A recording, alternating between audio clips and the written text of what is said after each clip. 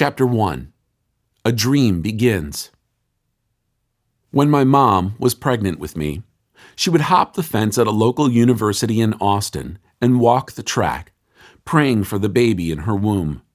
She wasn't a believer in any particular religion at the time, but as she circled the rubberized track, gazing at the infield where the track and field events took place, and looking up at the empty stands where people would gather for sporting events, she asked God to keep me safe, keep me healthy, and give me purpose in my life. Though her spiritual beliefs were murky, when it came to the most important thing in her life, me at the time, she turned instinctively to God. I've always wondered whether God heard those prayers offered up from that 400-meter oval and answered my mom by making her first child a track and field athlete. My dad enlisted in the military soon after my birth, and we were transferred to San Francisco in 1983. The move must have provided some personal relief for my Japanese mother and African-American father. Their interracial marriage had been subject to some discrimination in Texas. We moved onto the Army base at the Presidio with a view of the Golden Gate Bridge from our house. Our home, which was light and airy, backed up to the hills. Every morning, I woke up and saw a mountain lion perched at the top of a hill. Deer walked into our yard. Squirrels and raccoons came to the back door, and we threw bread to them. A bobcat roamed around the neighborhood too, and a skunk stole food from people's trash cans. I was young, and life was full of magic. My dad worked in the military prison, and one of my earliest memories is walking through the jail with him one day. Dad explained that those men sitting in their cells were good people who had made bad decisions and were suffering the consequences. The scene did not make a big impact on me then, but later, during my brushes with the law, I thought back to those guys, stripped of their dignity and their freedom. At times, it seemed that this had been the true vision of my future, an alternate and more powerful vision from the one my mom had earnestly prayed for during her pregnancy. It was a repudiation of her hopes and dreams, and mine. Soon, I would sense these competing visions for my life and feel the strong tension between destruction and destiny. My dad was a strong and welcome presence in the household, and unlike other members of the military, he never had to go on extended tours of duty away from home. I was with him every day. As you would expect of a man in his position, he was physically fit, and he picked me up and played rough and tumble with me, the way dads do. We talked about the animals I saw in the neighborhood. I loved seeing my dad and my mom together. She was slender, with long black hair parted in the middle and hanging down to the middle of her back. I thought she was the prettiest woman I'd ever seen. When my brother, Nicholas, was born in San Francisco 4 years after I was born, he came into a happy family. Those good times, however, were all too brief. Witnessing excellence. After my dad got out of the military, we moved to Hawaii, where my mom had grown up and where her family still lived. My mom's large extended family suddenly became the dominant presence in our lives. My mom was born in Japan, where my grandfather was in military intelligence for the U.S. during World War II. I had seen him and my grandmother only once when they visited us in San Francisco. We called him Gigi, a derivative of the Japanese word for grandfather, Oji-chan, which was hard for us to say. My grandmother was known to us as Baba, short for Oba-chan, which is Japanese for grandmother. Gigi was like a traditional samurai, strict, strong-willed, knowing right from wrong and not letting anyone tell him otherwise. To this day, I regard him as something like the shogun or leader of our family. He was loud and forceful and had no problem yelling at people to get his point across. Yet, I knew that he loved my brother and me, and he was generous to us, buying us toys or clothes or whatever we needed for school. He owned a successful small business and several rental houses, and I had the feeling that in everything he did, he was fighting for his life. He was not afraid to work hard to provide for his family. He drove a Cadillac and kept everything he owned in perfect working order. The lessons I learned from him played a major part in my becoming a champion. My family lived in Palolo Valley, in what Hawaiians call the town side, or the Honolulu side of the island, where my grandfather owned 3 houses on one lot. 2 of them were rented out to non-family members, and we moved into the house in the middle. The view from the house was a verdant hillside that had ascended to the central mountain range on the island. We caught the bus for a quarter and went to the beach, where we swam and played. Our weekly routine, though, was mostly dictated by the family business. My grandparents' company, Kiwalo Pickle, sold foods prepared according to Baba's original recipe. They pickled kimchi, a type of Korean spicy cabbage, as well as cucumbers and daikon, which is like a big, white, ugly radish. They did it all in a shop housed in a former train warehouse in Honolulu's Chinatown. My grandparents lived in a condo not far from the shop. My dad worked for my grandfather, so we went to the shop very early every morning. My brother and I slept in the back of the car on the way there. We ate breakfast at the shop and then went to school. More often than not, we came back to the shop after school and spent most of our weekends there too. My mom always had a secretarial job elsewhere in town. Initially, I had no responsibilities. I hung around the shop and played with my cousins. We were free to roam, more or less, supervised by many aunts and uncles who worked there. We even bathed in the big stainless steel vats on wheels because we were hardly ever home. But as we grew up, my grandfather taught us to work.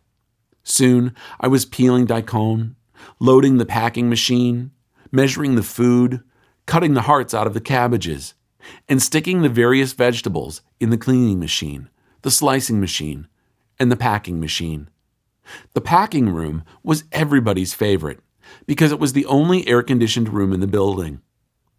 I became comfortable with the rhythms of the small processing plant, and I enjoyed the praise I got when I did a good job. I also liked using a knife to peel and cut the vegetables. To this day, the feeling of grabbing a long, white daikon off the conveyor belt, peeling it, and tossing it in a bin has stayed with me. Put a knife in my hand, set me in front of a conveyor belt, and I could do the same thing for hours on end, working to the rhythms of the machines in my memory.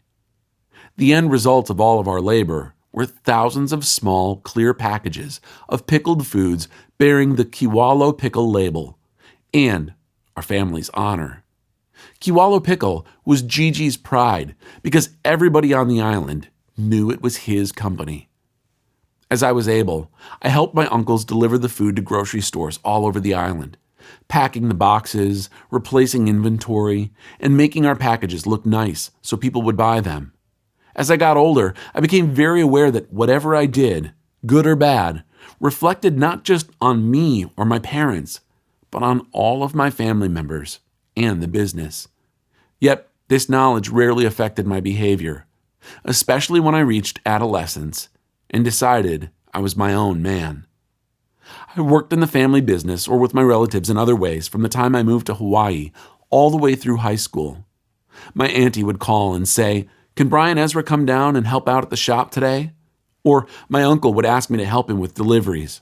Or my grandmother would have me help her in the garden, pulling weeds, cutting grass, building greenhouses, and rearranging plants.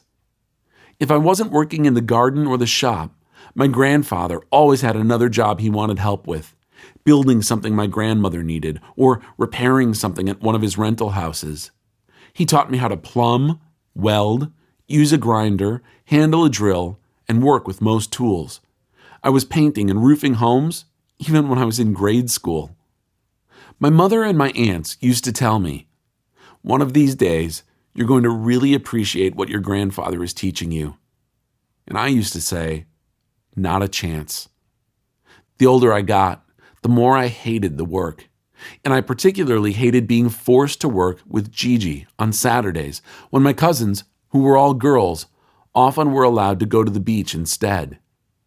Gigi woke me up at 7 a.m. to help him, and I'd be steaming because I knew that my cousins were cavorting in the ocean while I peeled daikon or fixed a leaky roof.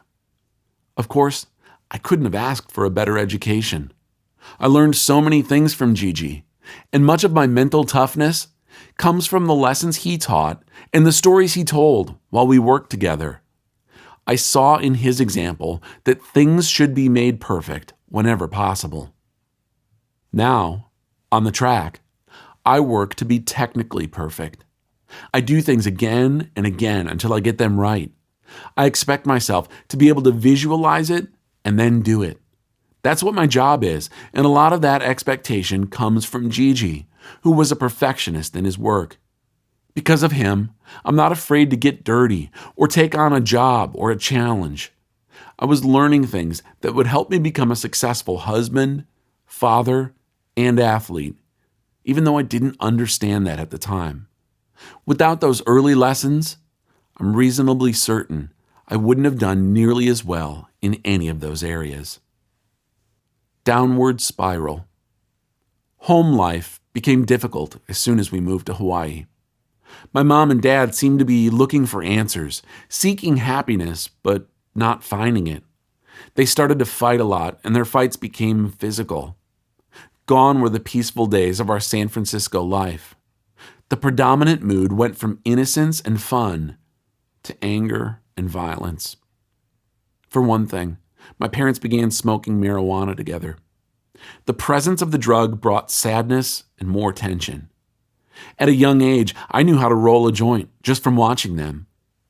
One evening, they went to buy marijuana with my brother and me in the back seat. We drove slowly through a neighborhood that, even as a child, I knew was a bad place. My dad gave my mom some money and stopped the car. A man came up to the passenger window. My mom gave him the money, and he handed her a bag. "Check it," Dad said. "Check it to make sure it's good." Mom opened the bag, smelled it, and said, "It's fine." Then she put it in the glove compartment. We drove off, but before we had gone very far, my dad pulled over to check it. He discovered that it was fake or inferior. "I told you to check it," he said, and then cursed at her. That started another one of the big fights that Nick and I had come to expect and dread. Life got worse, faster than I was able to handle it. When my parents fought, my brother and I learned to retreat to our bedroom and shut the door. I often held him while we heard dishes breaking against the wall in the kitchen, my parents screaming, doors slamming, and my mom crying. My brother was scared, and I tried to reassure him by saying, "It's going to be okay."